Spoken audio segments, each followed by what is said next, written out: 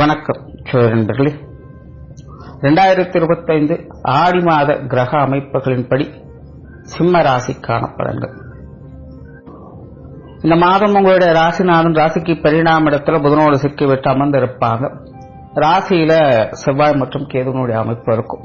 சிம்ம ராசிக்காரங்க இந்த மாதம் ரொம்பவுமே ஆக்டிவாக இருப்பாங்க. பொதுவாக சிம்ம ராசிக்காரங்களுக்கு சமகாலத்திய நிலை அப்படிங்கிறது விட்டவரங்கிற மாதிரி தான் போய்கிட்டு இருக்கும்.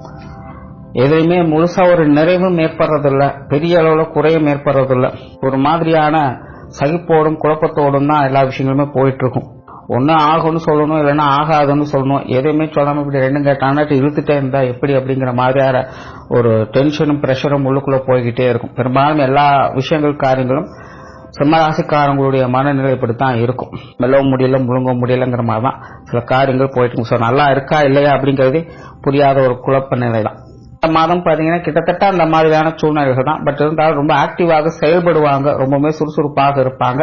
பட் என்னன்னா அளவுக்கு மீனா அமுதம் நெஞ்சுன்னு சொல்லுவாங்க. அந்த மாதிரி தான் சில விஷயங்களும் கொஞ்சம் எக்ஸ்ட்ரா ஓவர்டோஸா போயிடும். அதனாலேயே சில சங்கடங்கள் அப்படிங்கிறது இருக்கும். ஆகாதவங்க நின்னாலும் குத்தம், உட்கார்ந்தாலும் குத்தம், அந்த மாதிரி தான். செஞ்சாலும் தப்பு, செயலினாலும் தப்புங்கிற மாதிரி சில விஷயங்கள் போயிடும். பார்த்து சில விஷயங்கள் செஞ்சாலும் அதுக்குண்டான ரெகக்னேஷன் அப்படிங்கிறது கிடைக்கிறது இல்லை.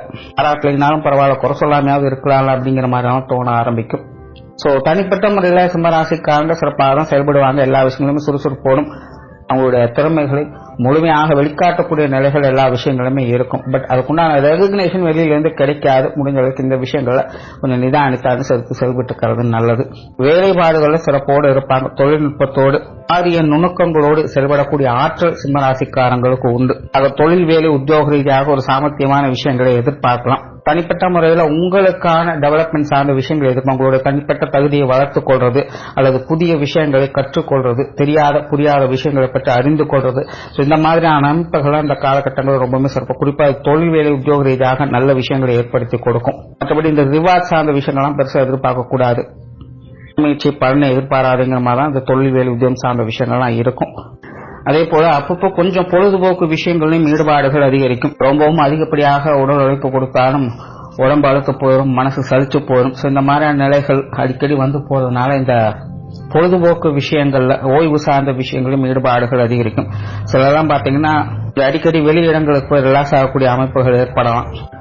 சிலருக்கெல்லாம் பாத்தீங்கன்னா இந்த உற்றார் உறவினர்கள் நண்பர்கள் வகையில சில எதிர்பாராத சந்திப்புகள் மூலமாக மனம் விட்டு பேசி மகிழக்கூடிய அமைப்புகள் ஏற்படும். கொஞ்சம் ரிலாக்ஸேஷன் சார்ந்த விஷயங்கள்ல ஈடுபாடுகள் பொதுவாகவே அதிகரிக்கும். அதே போல இந்த ஆன்மீக விஷயங்கள், ஆராய்ச்சி சம்பந்தப்பட்ட விஷயங்களும் ஈடுபாடுகள் இருக்கும். இது சார்ந்த விஷயங்கள் ஏற்கனவே ஈடுபட்டுக் கொண்டிருப்பவங்களுக்கு இந்த மாதம் ஒரு சிறப்பான மாதமாகவே இருக்கும். வெளியூர் மற்றும் வெளிநாடு சம்பந்தப்பட்ட விஷயங்களோட சாதகமான அமைப்புகளை எதிர்பார்க்கலாம். சொத்து சுதந்திரம் மற்றும் வாகன ரீதியான விஷயங்கள் எல்லாமே ஒரு கலவையான அமைப்புகள் தான். பொதுவாக இது சார்ந்த விஷயங்கள் ஈடுபாடுகள் ஒரு பக்கம் அதிகரிச்சுக்கிட்டு தான் இருக்கும். பட் இதுல கொஞ்சம் நிதானம் தேவை. கண்ணுக்கட்டி காட்டில் விட்ட மாதிரி சொல்றது ஒன்றும் செய்யறது ஒன்றுமாக சில விஷயங்கள். மற்றவங்களிடம் இந்த காரியத்தில் இறங்காதீங்க. பொதுவாக இது சார்ந்த விஷயங்கள் கொஞ்சம் நிதானம் அதிகம் தேவைப்படக்கூடிய மாதமாகவே இருக்கு. அது சார்ந்த காரியங்களை நிறைவேற்றக்கூடிய அமைப்புகள் என்பது உங்களுக்கு உண்டு. அதே போல குடும்பத்தில் இந்த பெற்றோர்கள் சம்பந்தப்பட்ட விஷயங்கள் அப்படிதான் ஈடுபாடுகள் ஒரு பக்கம் அதிகமா இருக்கும். பட் அதே நேரம் அவங்க வகையில் கொஞ்சம் அலைச்சல் தரக்கூடிய விஷயமும் டென்ஷன் தரக்கூடிய வகையிலும் இருந்துகிட்டு தான் இருக்கும். எல்லாமே கொஞ்சம் அனுசரிச்சு போக வேண்டியதாக தான் இருக்கும். உடன்பிறப்புகள் வகையில் சில சாதகமான அமைப்புகள் எதிர்பார்க்கலாம். அவங்க சம்பந்தப்பட்ட விஷயங்கள் எல்லாமே உங்களுக்கு கொஞ்சம் சப்போர்ட்ஃபுல்லாகவும் அனுசரணையாகவே எல்லா விஷயங்களும் அமைஞ்சு வரும். நிறைய பேருக்கு அவங்க வகையில் சில சுப விசேஷங்கள் காரியங்கள் போன்ற அமைப்புகளை எதிர்பார்க்கலாம்.